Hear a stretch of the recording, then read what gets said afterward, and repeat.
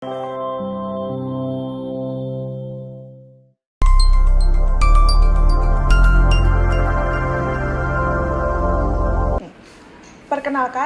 nama saya Lola Kurnia Pitaloka.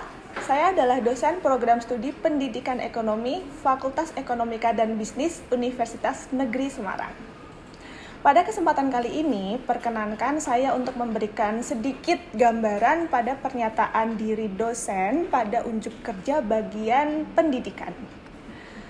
Pada bidang pengajaran, saya akan menjelaskan terkait dengan mata kuliah yang saya ampu, yaitu Ekonomi Mikro. Mata kuliah Ekonomi Mikro pada dasarnya disusun pada kebutuhan di Fakultas Ekonomi karena Ekonomi Mikro menjadi pokok dasar dalam membahas segala studi yang berkaitan dengan ekonomi. Bisa dibilang bahwa mata kuliah ini adalah fondasi dasar dari ilmu ekonomi berbarengan dengan ekonomi makro. Sehingga sebelum mempelajari mata kuliah lainnya, Ekonomi Mikro perlu ditekankan kepada seluruh mahasiswa di Fakultas Ekonomi. Mata kuliah ini diampu pada semester ganjil dan mata kuliah ini diampu selama 3 SKS untuk Prodi Pendidikan Ekonomi Koperasi dan juga 2 SKS untuk Prodi Pendidikan Akuntansi dan Pendidikan Administrasi Perkantoran. Adapun tujuan mata kuliah ini adalah pertama, membekali mahasiswa dengan pengetahuan terkait dengan ekonomi, khususnya dalam lingkup ekonomi mikro, yang dikaitkan dengan permasalahan, fenomena, serta kebijakan dalam ekonomi mikro. Kedua, menjadi ajang untuk meningkatkan sikap kritis terhadap permasalahan-permasalahan ekonomi pada dunia nyata untuk mendapatkan solusi untuk meminimalisirkan masalah, serta meningkatkan kemampuan analisis dalam lingkup mikro terkait fenomena ekonomi yang ada di Indonesia. Selanjutnya, ada juga capaian pembelajaran mata kuliah pada mata kuliah Ekonomi Mikro ini, yang terdiri dari 3 capaian pembelajaran mata kuliah Ekonomi Mikro. Yang pertama, mahasiswa diharapkan menguasai konsep pengetahuan umum untuk ekonomi mikro dan diterapkan dalam kehidupan sehari-hari. Kedua, mahasiswa terampil mengaplikasikan pengetahuan tentang ekonomi mikro dalam kesehariannya. Dan yang terakhir adalah menginternalisasikan sikap ilmiah, tanggung jawab, mandiri, dan peduli lingkungan melalui kajian aplikasi konsep green economy dalam proses ekonomi mikro. Adapun CPMK yang sudah disebutkan tentu diimplementasikan melalui materi yang terdapat pada mata kuliah ini. Yang pertama, ada ruang lingkup dan peranan teori ekonomi mikro. Kemudian yang kedua, ada permintaan, penawaran, dan harga keseimbangan. Lalu yang ketiga ada elastisitas. Keempat, teori perilaku konsumen. Kelima, teori perilaku produsen. Keenam, biaya produksi. Dan yang terakhir adalah pasar. Selanjutnya, sistem pembelajaran yang dilakukan pada mata kuliah ini berbasis pada model flipped classroom, di mana mata kuliah ini menyeimbangkan model sinkronus dan asinkronus. Asinkronus menggunakan LMS Elena yang dimiliki Universitas Negeri Semarang sebagai tempat untuk tugas, baik tugas kelompok ataupun tugas individu. Sedangkan sinkronus digunakan dalam penyampaian materi secara luring di dalam kelas. Model tersebut dilaksanakan dengan beberapa metode yang sesuai dengan kebutuhan tiap materinya.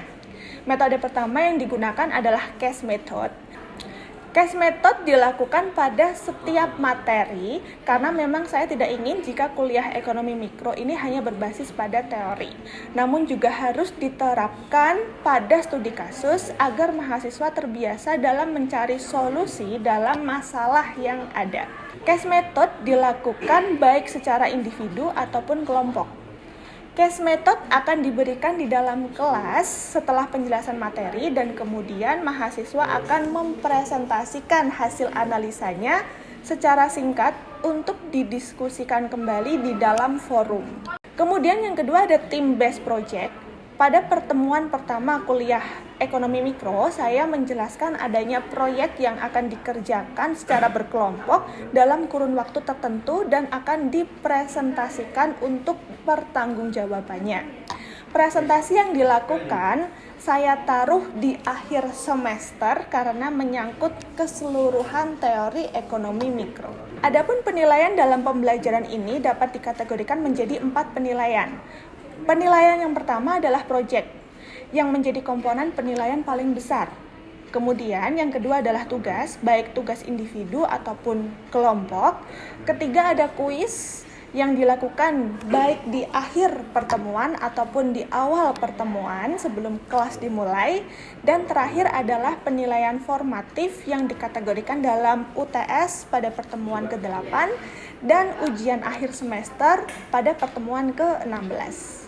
Untuk proyek yang dilaksanakan pada perkuliahan ini, kita melaksanakan proyek dengan bobot 35%, di mana penilaiannya yaitu melakukan observasi di pasar. Mahasiswa berhak menentukan kategori pasar mana yang ingin diobservasi dan menentukan barang atau jasa yang akan menjadi pokok observasinya. Mahasiswa harus mencari tahu fluktuasi harga, permintaan, dan penawaran barang dari yang dituju tersebut. Dari data tersebut, mahasiswa diminta untuk menghitung elastisitas barang ataupun jasa yang ditentukan dari pasar yang mereka tentukan juga.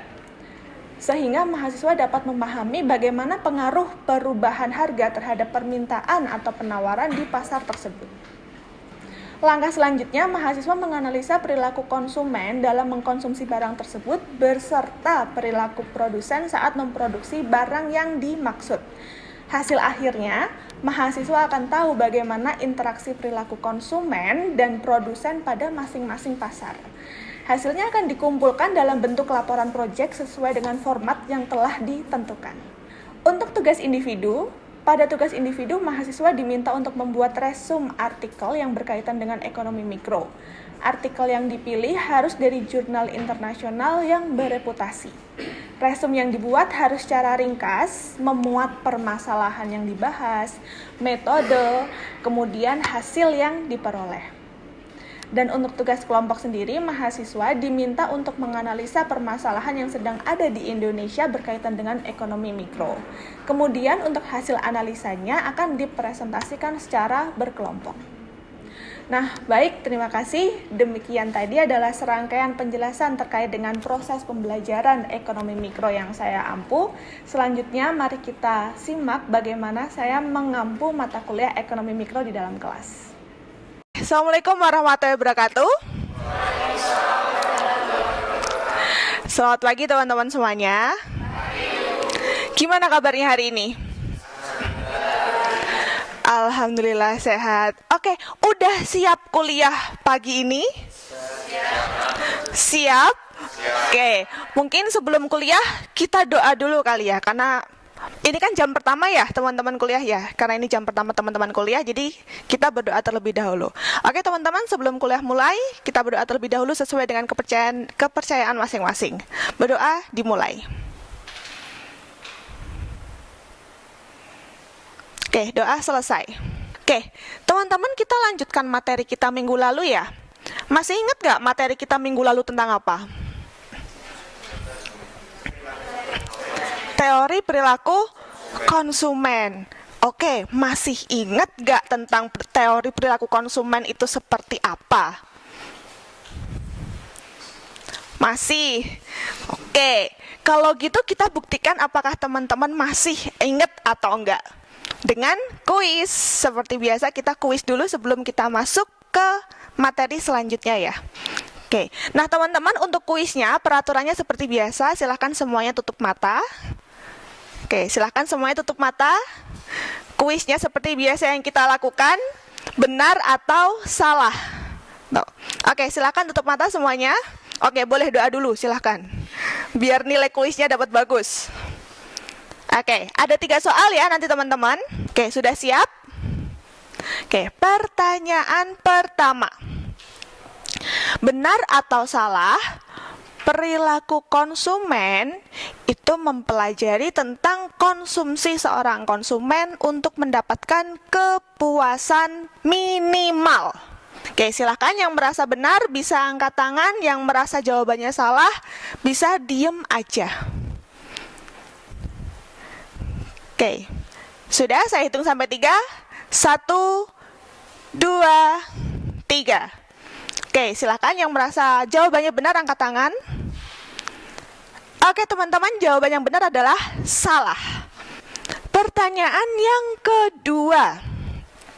Dalam pendekatan marginal, ketika konsumen terus-menerus mengkonsumsi, dia akan mengalami titik jenuh.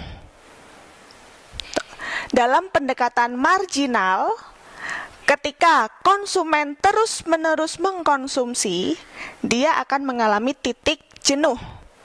Jika teman-teman merasa jawabannya benar, silahkan angkat tangan. Jika kalian merasa jawabannya salah, silahkan diem aja. Oke, saya hitung sampai 3. 1, 2, 3. Jawabannya adalah benar. Oke, silahkan turun tangan yang angkat tangan. Pertanyaan terakhir. Dalam pendekatan ordinal, konsumen dapat mengkonsumsi secara maksimal 2 barang bersamaan. Dalam pendekatan ordinal, konsumen dapat mengkonsumsi secara maksimal 2 barang bersamaan. Benar atau salah? Yang merasa jawabannya benar, silahkan angkat tangan. Yang merasa jawabannya salah, silahkan diem aja. Oke, saya hitung sampai 3.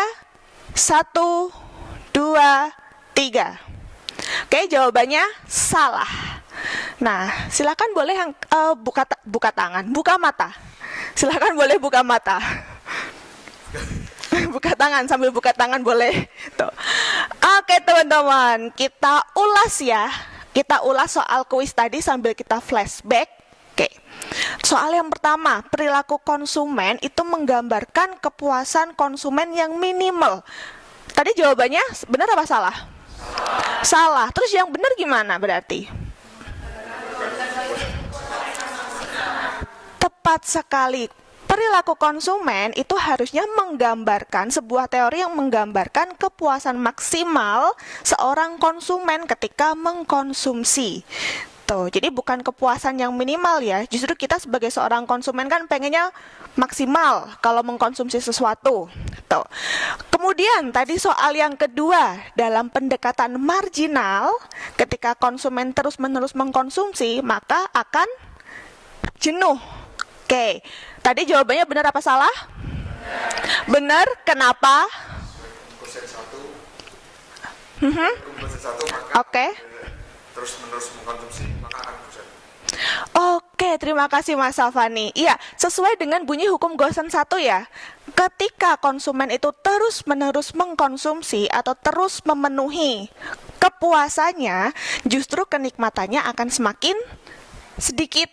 Tuh, dengan kita gambarkan kemarin sudah kita praktekkan ketika kita minum es teh dalam sekali teguk, gitu kan, rasanya enak. Tuh. Terus ketika saya kasih lagi teman-teman es teh gelas yang kedua, enak, tapi ya nggak seenak yang pertama. Tuh. Dan seterusnya, kemarin sudah kita praktekkan hal itu. Oke, kemudian soal yang ketiga tadi, dalam pendekatan ordinal, kita bisa mengkonsumsi 2 barang secara bersamaan dan dua-duanya bisa maksimal. Benar apa salah tadi? Salah. Yang benar gimana? Sebagai seorang konsumen dengan anggaran yang terbatas, ketika kita memang mengkonsumsi 2 barang, harus ada yang dikorbankan. Tuh, namanya hukum apa?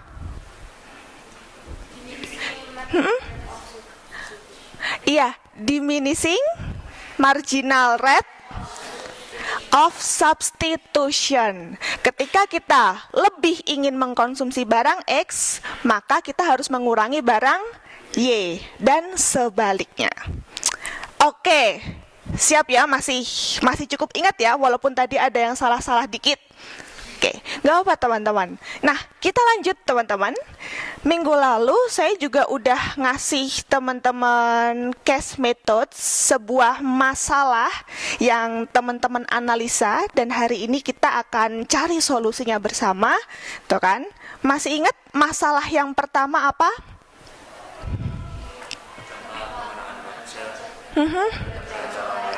Oke, dampak pengenaan pajak terhadap belanja online. Jadi seperti yang teman-teman tahu, saat ini belanja online itu sudah dikenakan pajak, enggak seperti dulu. Nah, terus gimana ya perubahannya atau dampaknya ke perilaku konsumen? Oke, itu case yang pertama. Case yang kedua. Oke, dampak pelarangan tas plastik untuk belanja. Nggak memungkiri ya teman-teman ya, kalau kita belanja kan pasti butuh tas gitu. Dan kalau dulu itu kan ada yang namanya tas plastik. Tapi karena ada isu lingkungan, hal seperti itu isu lingkungan, akhirnya pemerintah mulai menerapkan tidak boleh pakai plastik. Dan sekarang diganti kantong belanja. Tuh, plastik diganti kantong plastik, oke. Diganti kantong belanja. Berarti gimana ya perilaku konsumen saat ini ketika tidak boleh lagi pakai plastik dan harus pakai tas belanja? Oke, case yang ketiga.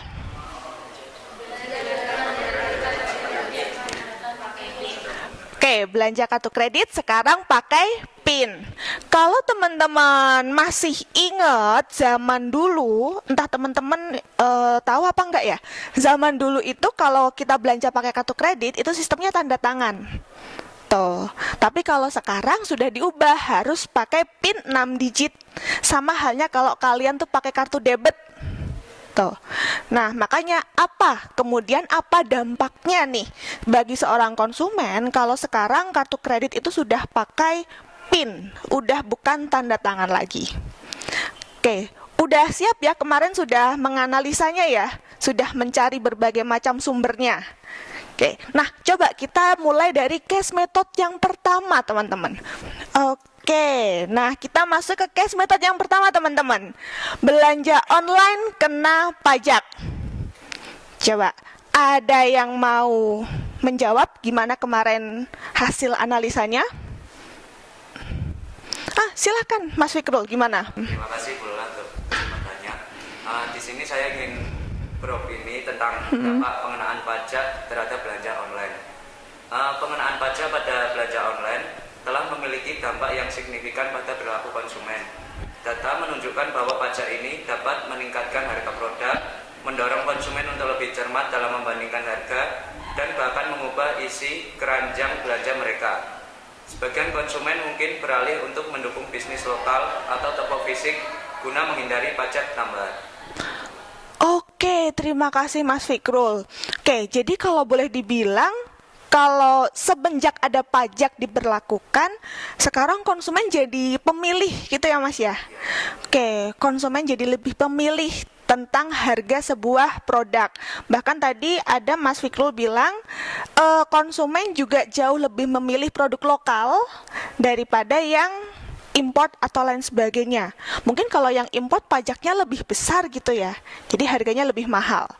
Oke, itu tadi pendapat dari Mas Fikrul. Oke, case method yang kedua. Tadi case method yang pertama sudah, kita beralih ke yang kedua. Saya ubah dulu. Oke, pelarangan pakai kantong plastik. Gimana? Apa dampaknya untuk perilaku konsumen? Oke, silakan Mas Safani. Baik, karena tas plastik itu negatif, larangan tas plastik untuk belanja. Larangan menggunakan tas plastik dalam belanja telah membawa perubahan signifikan dalam perilaku konsumen. Karena seiring dengan meningkatnya kesadaran lingkungan, data menunjukkan bahwa banyak konsumen yang telah mengadaptasi kebijakan ini dengan baik. Mereka cenderung beralih ke penggunaan tas alternatif yang lebih ramah lingkungan seperti tas kain atau tas serbaguna yang dapat digunakan berulang kali. Oke, terima kasih Mas Safani atas analisanya. Jadi ketika kantong plastik ini mulai ditiadakan, mau nggak mau emang konsumen harus beralih ke kantong belanja. Tuh kan. Mau nggak mau, konsumen harus beli nggak? Harus kan ya? Ya mau nggak mau harus beli. Berarti konsumerismenya meningkat atau turun? Meningkat atau turun berarti? Tadi kan katanya harus pakai tas belanja. Mau tidak mau konsumen beli. Berarti konsumerismenya naik atau turun? Naik. Tepat dalam hal pembelian kantong belanja. Oke, apalagi kalau tipikal-tipikal orang-orang yang lucu nih, beli kayak gitu. Bagus ya, beli. Tuh. Akhirnya konsumerisme terhadap tas belanja meningkat. Oke, kemudian kita ke case method yang terakhir, teman-teman. Nah, belanja dengan kartu kredit wajib pakai PIN. Oke, gimana? Ada yang mau memaparkan hasilnya? Silahkan Mas Andika. Terima kasih Bu atas waktunya. Menurut saya, belanja dengan kartu kredit yang menggunakan PIN telah mengalami perubahan dalam perilaku konsumen. Penerapan PIN sebagai metode autentikasi tambahan telah meningkatkan keamanan transaksi, namun juga mempengaruhi cara konsumen dalam berbelanja. Data menunjukkan bahwa konsumen sekarang lebih berhati-hati dalam menjaga kerahasiaan PIN mereka, menghindari pengungkapan kepada pihak lain, dan secara rutin mengganti kode PIN mereka. Oke, terima kasih Mas Andika. Iya, jadi kalau boleh dibilang ya teman-teman, dulu kartu kredit kan tinggal pakai tanda tangan ya. Makanya dulu kalau mungkin orang tua teman-teman ada yang punya kartu kredit, itu hati-hati banget pegang kartu kredit. Tuh sampai diwanti-wanti, nggak boleh hilang, nggak boleh hilang. Kalau udah nggak kepakai, digunting. Tuh kalau teman-teman pernah ingat. Karena memang dulu semudah itu kan, gesek kartu kredit, tinggal tanda tangan, selesai. Tapi kalau sekarang harus pakai PIN. Berarti kan tingkat keamanannya jauh lebih tinggi daripada sebelumnya. Oke, nah untuk bagian perilaku konsumennya, karena tingkat keamanannya lebih tinggi, konsumen jadi lebih merasa safety. Itu ya kan, merasa safety. Akhirnya bikin kartu kredit itu toh nggak serumit yang dulu itu. Jadi sekarang bahkan anak muda pun kayaknya punya kartu kredit ya, banyak. Oke, pada punya nih mesti. Oh, punyanya Shopee Pay Later Bu.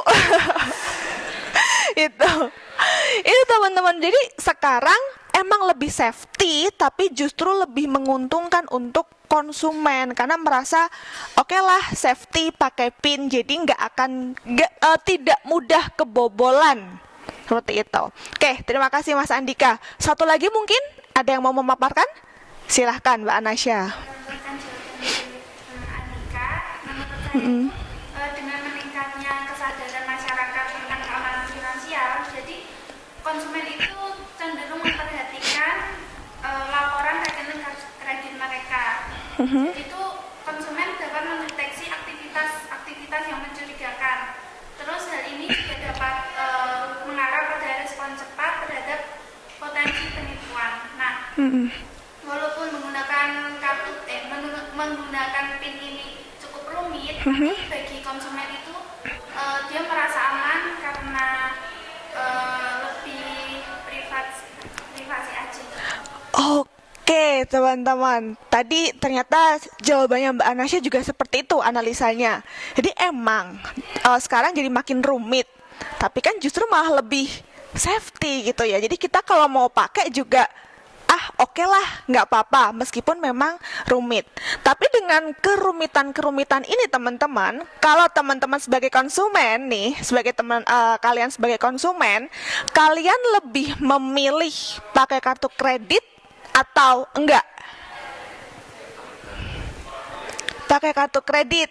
Oke. Mungkin ada yang enggak. Rumit sih emang, tapi kan lebih safety. Tuh. Gimana? Akhirnya memilih untuk pakai kartu kredit kalau teman-teman jadi seorang konsumen. Bayangannya ketika nanti kalian sudah kaya raya gitu loh. Kalian sudah kaya raya gitu kan, pasti kan udah ada keberanian untuk pakai kartu kredit gitu. Nah, kalian lebih milih pakai kartu kredit enggak? pakai gitu. Nah, berarti bisa kita simpulkan di sini pada case yang ketiga, penggunaan kartu kredit yang saat ini semakin safety justru akan meningkatkan konsumerisme. Tuh teman-teman. Jadi sisi positifnya memang bagi konsumen lebih aman, tapi sisi negatifnya justru konsumen akan lebih banyak berbelanja. Tuh karena tadi pakai kartu kredit kan ngutang dulu ya, nyari duitnya gampang lah nanti belakangan gitu. Utang aja dulu gitu, nyari duitnya belakangan. Oke, karena lebih safety tadi bisa utang juga, akhirnya konsumen lebih memilih untuk berbelanja lebih gitu. Nah, sampai sini ada pertanyaan dulu nggak tentang cash method kita yang sudah kita bahas?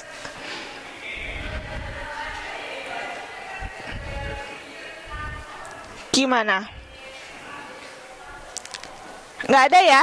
Semuanya sudah oke, menganalisa sudah jelas, teman-teman. Terima kasih.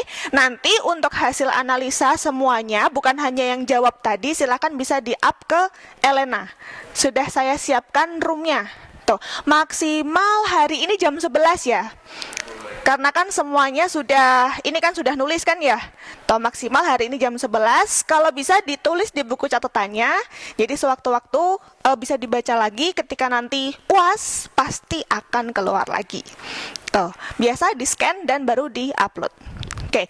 Nah, dari teori yang kita pelajari kemarin tentang teori perilaku konsumen itu yang menggambarkan kepuasan maksimal. Konsumen itu bisa mengkonsumsi banyak barang tapi harus dengan pengorbanan dalam teori dalam teori ordinalnya, sedangkan dalam teori kardinalnya itu konsumen bisa terus-menerus mengkonsumsi, tapi ada titik jenuhnya. Nah, kita sambungkan dengan case method yang kita bahas hari ini. Kira-kira ada yang bisa ngambil kesimpulan nggak? Berarti perilaku konsumen dalam kehidupan nyata ini itu seperti apa? Boleh, Mas Kukuh. Mas kawan aku, saya berpendapat bahwa kalau dari tiga studi tadi itu perilaku konsumen itu bersifat fleksibel. Oh, ya. Mungkin boleh lebih keras Mas Kukuh biar teman-temannya kedengaran. Fleksibel yang seperti apa? Menerapkan kebijakan Oke, fleksibel. Gimana? sifat positif atau sifat negatif. Jika itu bersifat positif, maka mungkin kita konsumen itu dapat meningkatkan konsumsinya. Itu yang ada dampak positifnya. Jadi kalau bersifat negatif, maka tingkat konsumsinya itu bisa turun. Seperti penerapan pajak nanti kan bisa menurunkan tingkat konsumsinya. Oke, terima kasih Mas Kukuh. Oke teman-teman, jadi itu tadi sudah disimpulkan Mas Kukuh. Dalam teorinya yang namanya perilaku konsumen itu kan sifatnya kayaknya positif terus gitu ya. Jadi konsumen ini bisa mengkonsumsi terus-terusan baik 2 barang ataupun 1 barang ataupun lebih. Tapi ketika tadi kita sudah belajar dengan case methods-nya, ada beberapa kebijakan yang tiba-tiba diterapkan, maka bisa sedikit mengguncang gitu ya, sedikit mengguncang dari si perilaku konsumen ini. Ketika kebijakannya positif, justru perilaku konsumennya akan bersifat negatif itu. Tapi sebaliknya, kalau kebijakannya bersifat negatif, perilaku konsumennya justru malah positif. Gitu. Baik, sampai di sini ada yang mau ditanyakan dulu? Sudah oke, sudah clear semuanya tentang teori perilaku konsumen? Sudah clear? Oke semuanya, untuk asesmennya itu juga sudah saya up di Elena, setelah ini bisa langsung dikerjakan. Gitu ya teman-teman. Nah, berarti minggu depan kita akan next ke materi selanjutnya, yaitu perilaku produsen. Oke semuanya teman-teman, terima kasih atas kehadirannya dan terima kasih atas kedatangannya. Kita ketemu lagi di minggu yang akan datang. Saya akhiri, wassalamualaikum warahmatullahi wabarakatuh. Iya.